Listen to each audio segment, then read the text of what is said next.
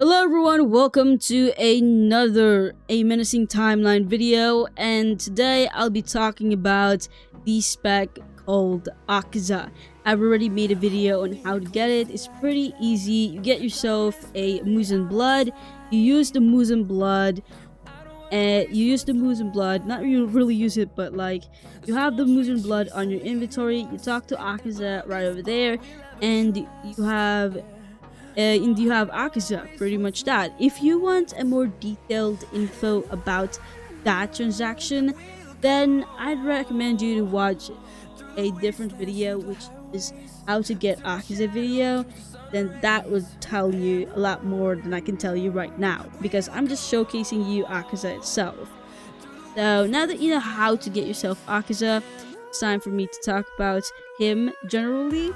So as you can see here, Akaza has an ability health of 495, the ability tier is SSS, and it doesn't really have any destructive power, durability, or fortunately that I can talk to you right now. However, it does have a passive perk which is called Regen, and what this does is that Akaza regenerates 4 to 5 health per second, which is, I guess, good enough.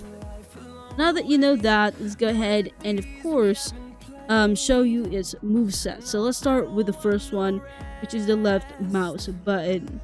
So let me just go ahead and do this. As you can see, it deals 10 damage per punch, and from the looks of it, it can be quite infinite, and there's no cooldown for just doing this move. So let's go skip to that and go to the next one. It is going to be the destructive death air type, and what this does when you click or hold E, which I'm doing right now, this is what's going to happen.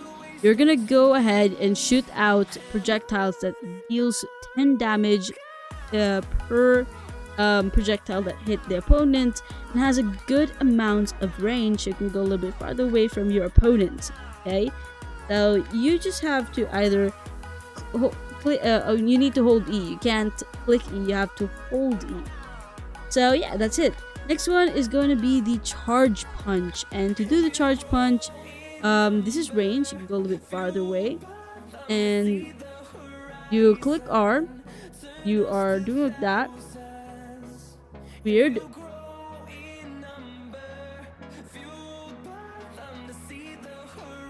That's extremely weird. I'm gonna hold R. No.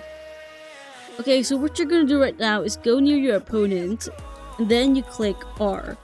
Naturally, this is called a charge punch, which you're gonna be dashing towards your opponent and charging them, but it doesn't look like that's going to work. You go ahead and click R. You do this, and pretty much it is just a normal heavy punch, which deals 30 damage. Next one is going to be the destructive death disorder. You click H and you do, this is so weird. I am saying that Akaza is broken. I can confirm now while doing this video that Akaza is broken, because I cannot do a destructive death disorder. And what this does is that the user will let out a battle scream, charging up to an even more powerful punch. That is Q.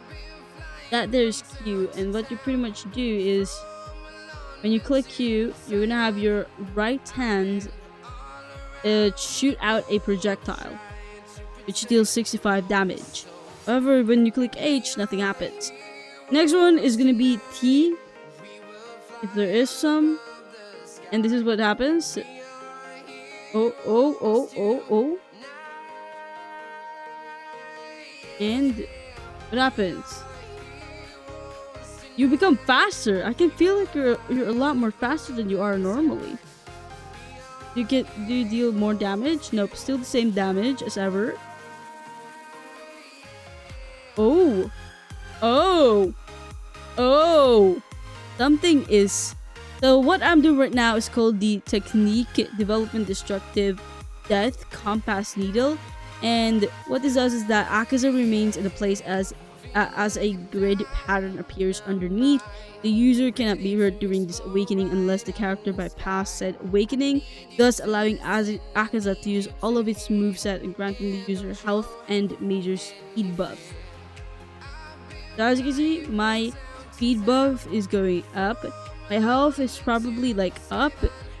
So that is good. So however, the damage does not increase, but the speed does. Which is, I guess, is good enough, especially if you're trying to run away from other people. Like any other player in this game, or under any other JoJo game there is. Yes, I can confirm it. Next one is gonna be the kick barrage. You hold B. As you can see, that's what happens.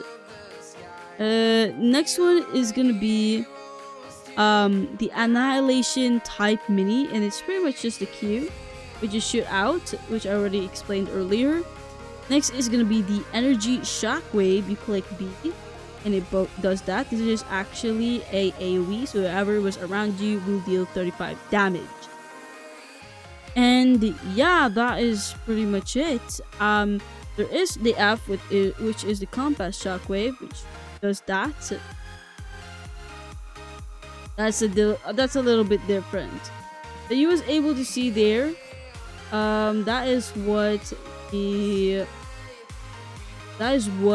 compass shockwave does, which I think is really cool. You charge up 2 energy balls from each hand, charging forward a good distance. Anyone hit by this attack will receive massive damage, doing 35 damage each tick per shockwave.